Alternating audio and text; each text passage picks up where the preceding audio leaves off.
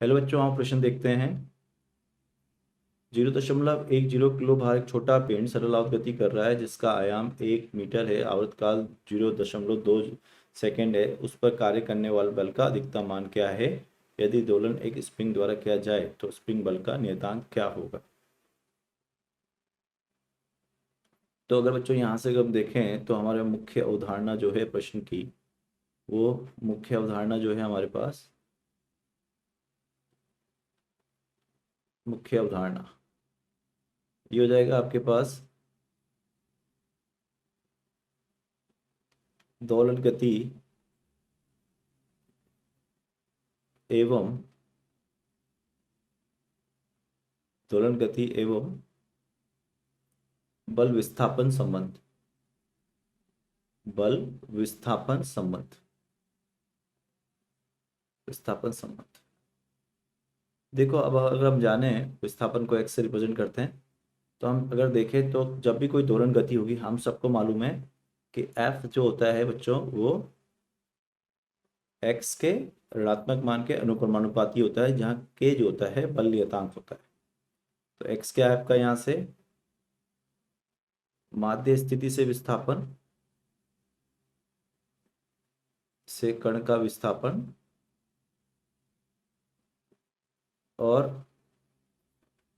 के क्या है यहाँ पर? बल नियतांक। बल नियतांक।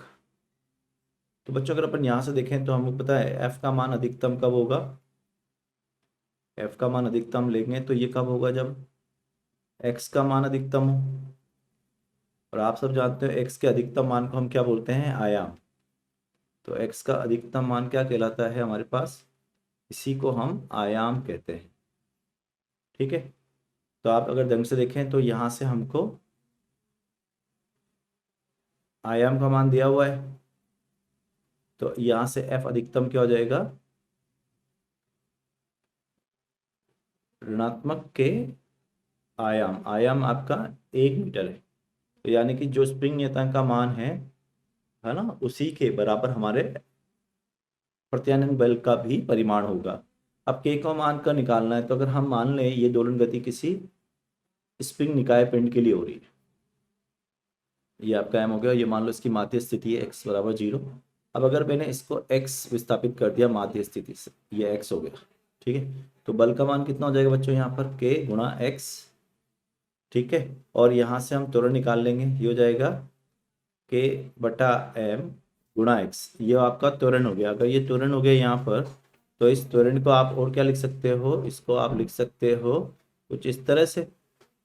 ठीक है। और ये एक हमारी समीकरण हो जाएगी सरल आवर्त गति की। सरल आवर्त गति समीकरण, गति समीकरण।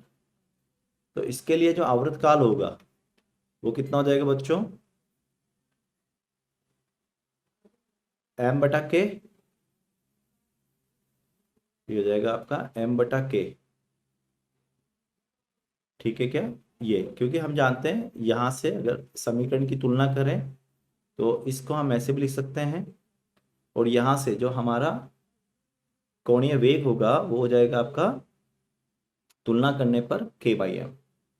ठीक है। और आवर्त काल जो होता है, आवर्त काल, तो बच्चों आवर्त काल कैसे लिखते हैं हम? 2 पाई बटा ओमेगा। जब ओमेगा यहाँ हम रखेंगे तो ये मिल जाएगा। अब हमें मान विस्थापित करने हैं बस। तो हमारे पास t बराबर आ गया, अगर आप m देखें तो आपको वहाँ पर m कितना दिया है? 1, 0.1। और k का मान कितना है वो तो हमें निकालना है। और आवर्तकाल का मान दिया है 0.20 सेकेंड। ठीक है। तो इस 2 से ये 2 चला जाएगा, एक ही दशमलव बचेगा वहाँ पर। ठीक है। अब दोनों तरफ अगर हम वर्क कर दें तो ये हो जाएगा पाई गुणा 0.1 बराबर k गुणा 0.01।